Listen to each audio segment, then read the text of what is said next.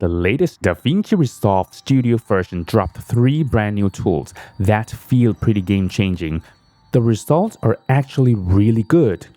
So here's the plan for this video. First, I'll test these 3 tools on my own footage.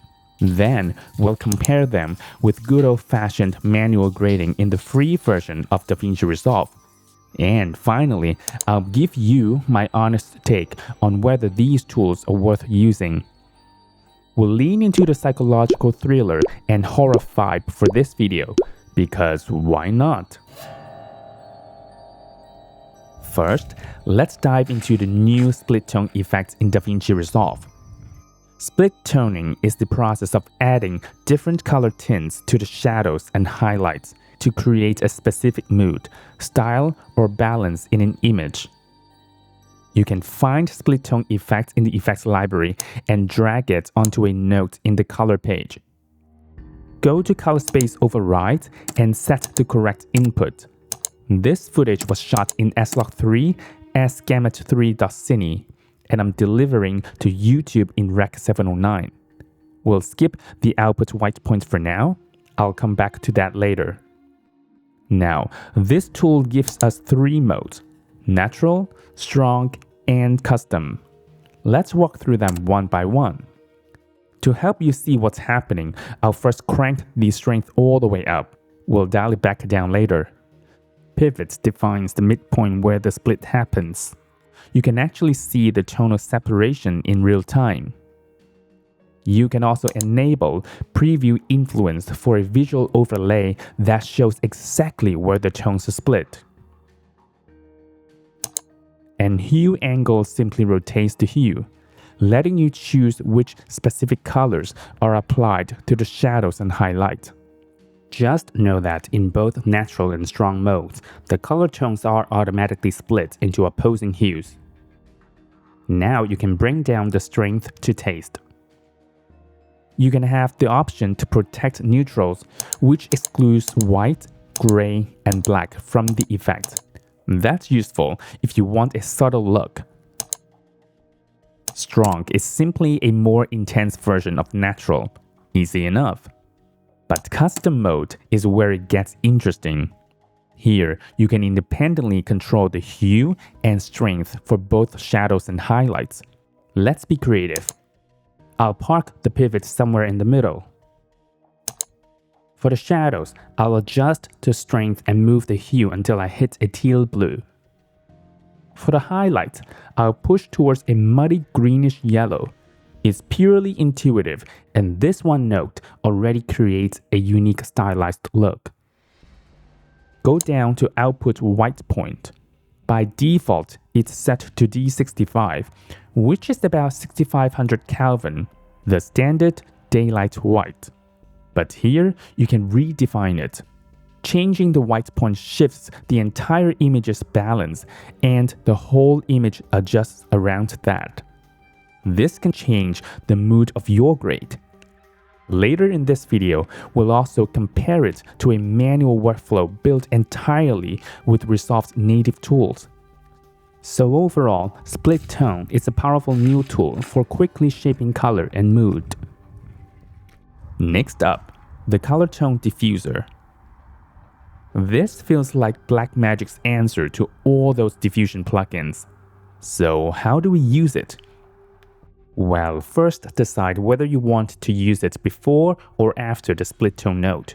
If you use it before, you're dialing in the effect in a bigger color space for a more refined high-end look. If you use it after, you're applying the effect in a Rec 709 color space. It could result in more of a harsh and vintage look. I'm going for high-end this time, so I place it before split tone. In Color Space Override, I put in S-Log3. I will first quickly show you how these parameters work, and then I'll show you a much quicker way to dial in the look. First, decide how much you want to reduce the detail of the affected area. I think 0.85 is a sweet spot. Then enable diffusion and decide how much and how far you want to blur the edges in amount and radius. You can also individually soften the highlights and shadows in Soft Clip. This is actually not new. In the free version, you can do it in curves. And then you can tint the affected area using the tone light controls. This is a great way to add color tints to your image. However, you have to counterbalance the raised exposure and contrast below in image adjustments. I can see this could be confusing to some. You can further adjust the look by checking the tone lights fall off. It gives sort of like a vignette look. The best way to approach this tool is to go to presets, pick a starting look, make minor adjustments, and then dial it back with the global blend until it feels right. Now, this is the one I'm most excited to talk about, the brand new Cinematic Haze tool. Look at this. I mean, that's insane, right? This effect is basically Resolve's answer to a physical smoke machine on set. I'm placing Cinematic Haze in the beginning of the pipeline because I want the digital haze to be treated as if it were actually captured in camera. That way, the haze interacts with my color toning later naturally, instead of just sitting on top. In Color Space Override, I set it to slog3 sgamut3.cine. And honestly, the default look is already shockingly good right out of the box. Of course, you can refine the look. With the depth map, you decide how far the haze reaches into the scene. You want the haze to seamlessly blend into your subject and background. In atmospheric scattering, you can dial in thickness and spread. You can even colorize the haze, but I leave that off here since I'll handle color shifts in split tone right after. Then you've got light halos, which controls how haze interacts with your actual light sources. This is a subtle but powerful control, great for realism. You can also add light rays. So beams of light cut through the haze. It adds a bit of drama. Finally, there's air disturbance, which is super powerful. I'll actually save that up for our upcoming color grading battle. Drop me a comment and tell me what you think of this effect so far. Alright, time for the big showdown. Manual grading versus DaVinci's shiny new tools. We'll start with a manual color grade using DaVinci's free tools, and then we'll pit it against the new plugins. Let's see who comes out on top. If you want the deep dive into each step, check out my previous tutorials. For now, I'll keep it quick so we can focus on the comparison. Step 1. Log conversion and exposure adjustment. Shot in slog3 sgamut3.cine, so first I use CST to go into DaVinci White Gamut, then another CST to Rec 709 for delivery. Exposure looks fine here, just a bit too contrasty, so I add a serial note after the first CST and decrease the contrast in the color wheels panel. Make sure you set the pivots to 0.336, DaVinci's default for White Gamut. Step 2. Cooler mood. Because we're going for a psychological thriller vibe, I add a note and use offset to cool the entire image. Use the factor scope to help guide the shift. And now we're starting to get that grim, unsettling mood. Step 3. Draining the warmth. To suck a little life out of the image, I pull down skin, red, and magenta saturation in the color slice tool. Subtle, but it makes things feel colder. Step 4. Manual split toning. Now for the stylization. Using curves, I push highlights towards a creamy white and shadows towards greenish cyan. It's that classic sickly palette you'll see in psychological drama.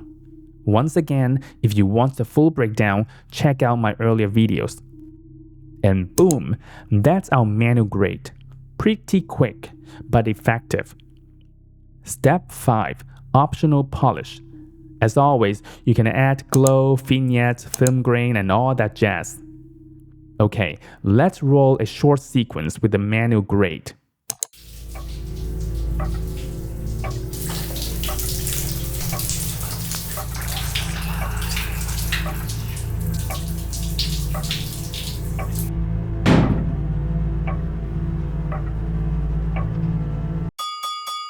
Not bad, right? But now, let's see how the new tools handle it. Step 1. Split tone effects. Let's go straight to split tone effects. Drag the effects from the effects library to a node.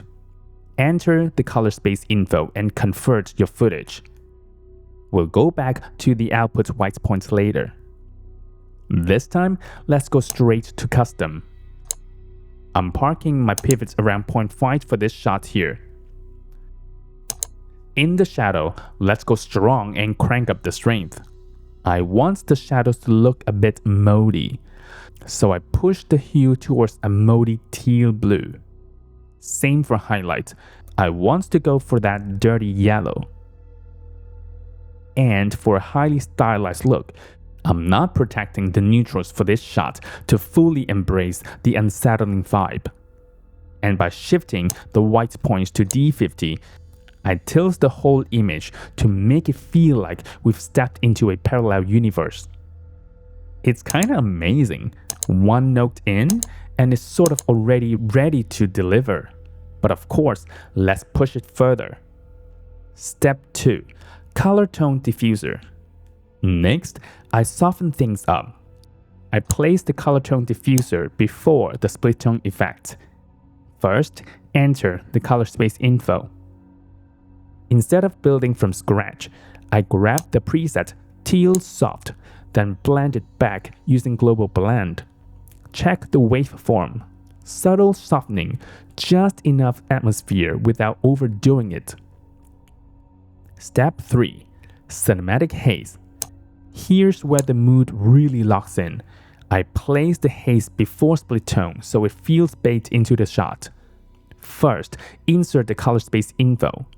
And for this shot, I quite like the default depth map, so I choose not to further adjust the map levels. And then I'm leaving the rest at default level. This time, I also enable air disturbance to mimic hot steam, perfect for the shower scene. As always, you can customize the effect. Step 4. Finishing touch. Finally, I add some film grain for texture. And that's it, just 4 notes.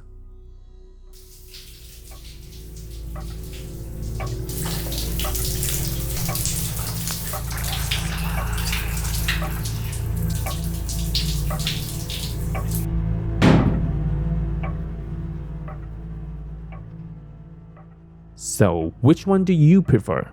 Drop your thoughts in the comments. Now, after spending some time with these new tools, here are my takeaways. Split tone effect. This one is a solid addition to DaVinci's library. It's intuitive, powerful, self-explanatory, and easy to use. But only if you already understand tonal zones. Beginners might find it overwhelming at first, so I recommend practicing manual split toning with curves in the free version before diving in. ColorTone Diffuser. This one can be confusing even for intermediate. It's basically DaVinci's all-in-one version of lens diffusion filters. That flexibility is powerful, but it can also intimidate beginners. Personally, I still like this third-party plugin called Hazy for its simplicity, but this DaVinci new tool is a strong step forward. Cinematic Haze. Now this is the real star. Honestly, it feels like cheating in the best way. It reacts naturally with your grade, and it can completely transform atmosphere, like having a smoke machine on set, but in post. The only drawback, the AI depth map can be heavy on your system, so you'll want a powerful computer if you're planning to use it often. So my overall advice is, pay close attention to your color management throughout the pipeline. Here I'm very clear about going from S-Log 3 to Rec 709. You can also try first going to an even larger color space such as DaVinci White Gamut. But then you have to closely monitor how the color space flows from node to node. Watch how you color tint your image. Since you can apply color tints in all three new tools, it's very easy to overcolor grade. And that brings me to my last advice. Less is more. Don't feel like you have to use every function these plugins have to offer. Subtlety is key. Otherwise, it's easy to tip into overgrading. And if you're just starting out, learn the fundamentals first. So, what do you think? Are these new plugins a hit or a miss? Drop your thoughts in the comments, and as always, I'll see you in the next video.